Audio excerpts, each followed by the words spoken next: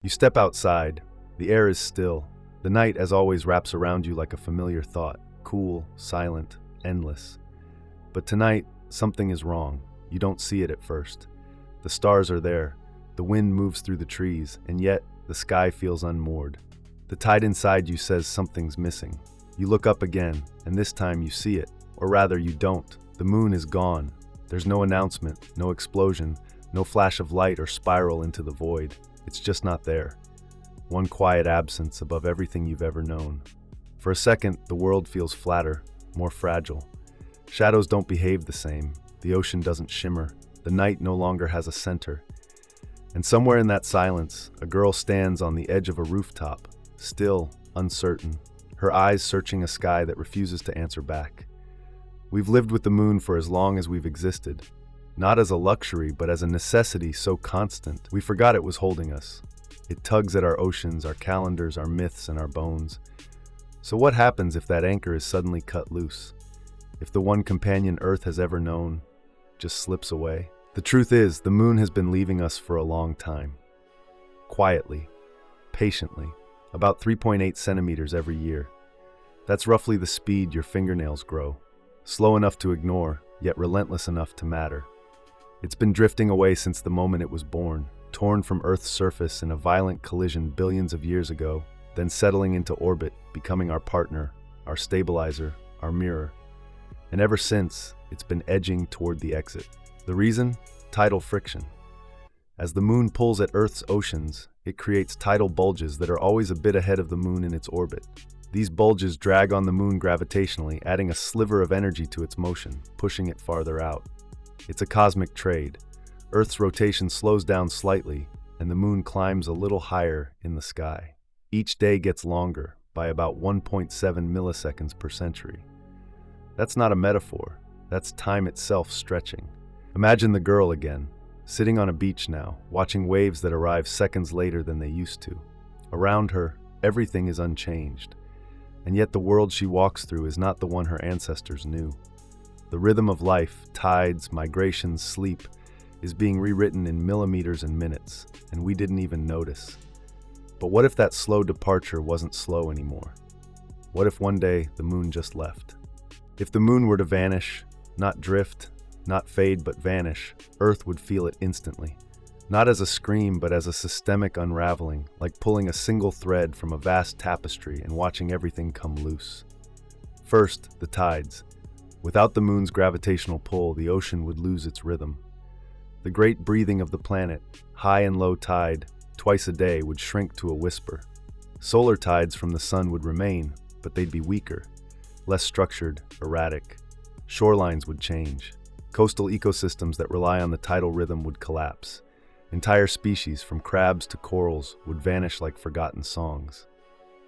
Then, Earth's axis. The moon acts as a gyroscopic stabilizer, keeping our tilt steady at about 23.5 degrees. Without it, Earth would wobble wildly over tens of thousands of years, maybe even flip. That tilt controls our seasons, our climate zones, our history. A moonless Earth could swing between ice ages and infernos. Crops would fail, habitats would migrate. Civilization, built on predictability, would tremble. And beyond that, time itself. Days would shrink. With no lunar drag to slow Earth's spin, a day could shorten from 24 to just 6 to 12 hours over millions of years. That means faster sunrises, faster sunsets, more days in a year, more years in a life, but less time in each. Picture the girl again, now standing in a city where the night is too brief to dream. Streetlights flicker on just as dawn returns. Shadows fall in unnatural directions. Nothing feels grounded.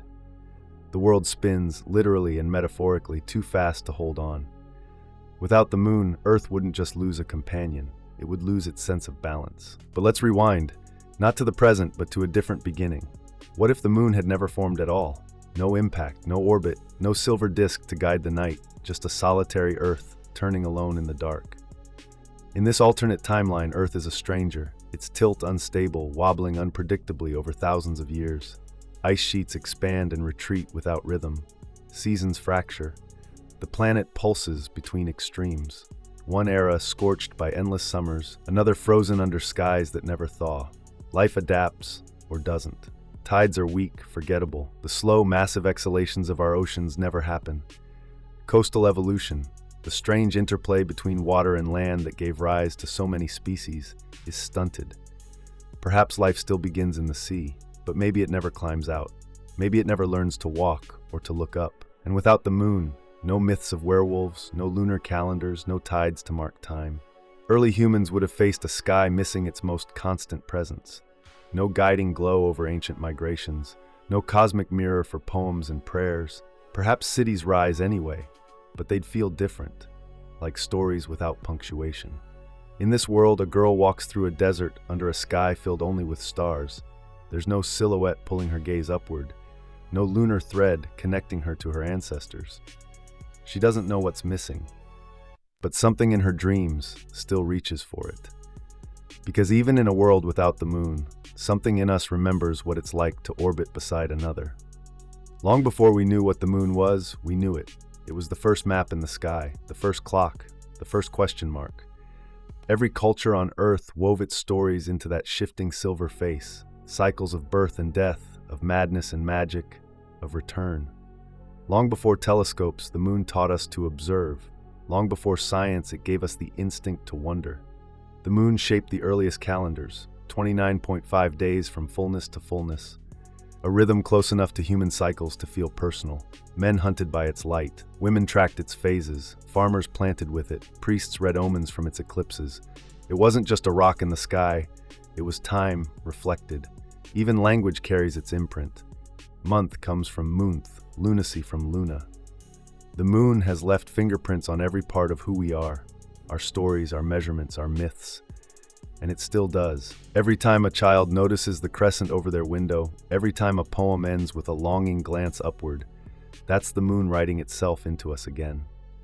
Imagine the girl now, tracing her fingers along a cave wall lit only by moonlight, or dancing beneath it, or simply pausing in a moment of heartbreak to find it above her.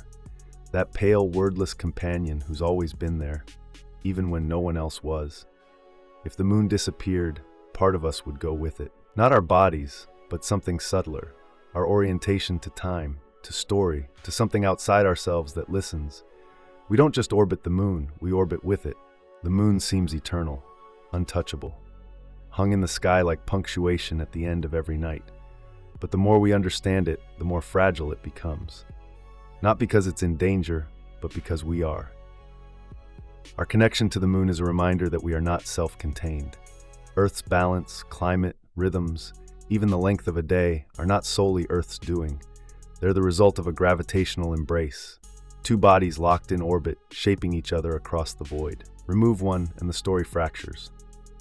We live in an age where disappearance can be digital, instant, quiet. So imagine this. One night, the moon doesn't rise. There's no notification, no panic. Just a girl standing by a window, noticing the absence. The way her face isn't lit as it usually is, the way the sky feels unfinished. She doesn't scream, she just stares. And perhaps, somewhere, so do you. Without the moon, the night loses its compass, the tides lose their breath, and we lose a part of our reflection, not just in the water, but in meaning itself. Maybe that's why we keep returning to it, in science, in stories, in sleep. Not because we want to conquer it, but because something in us needs to feel tethered. To know that even in the vast silence beyond Earth, there is something pulling gently back. But here's the twist. The moon has already shaped us, deeply, literally. Without its influence, we might never have evolved the way we did. No stable seasons, no regular tides to feed early life, no long nights to watch the sky and wonder. The moon didn't just light our path, it made us. So if it ever did vanish, truly vanish, would we remain the same? Or would something fundamental slip through the cracks? There's a photograph, one of the most iconic ever taken, captured during Apollo 8, Earthrise. Our planet, fragile and blue, hanging above the moon's gray horizon. That image changed how we see ourselves, not as rulers of the cosmos, but as passengers in something much larger. It took leaving Earth to realize how much we belonged to it, and it took the moon, silent, still, and lifeless, to reflect us back to ourselves. Imagine the girl again, but this time older, years from now, on another world, maybe Mars, maybe orbiting a distant exoplanet. And imagine she looks up, but there is no moon, only sky, only stars. And maybe, somewhere in the hollow of that gaze, she'll feel it. That echo of a rhythm once known, that longing for a glow that no longer returns. Because the moon was never just above us, it was within us, as rhythm, as memory, as story, and maybe it still is. So, what if one day the moon disappeared? Would we know what to become in the dark?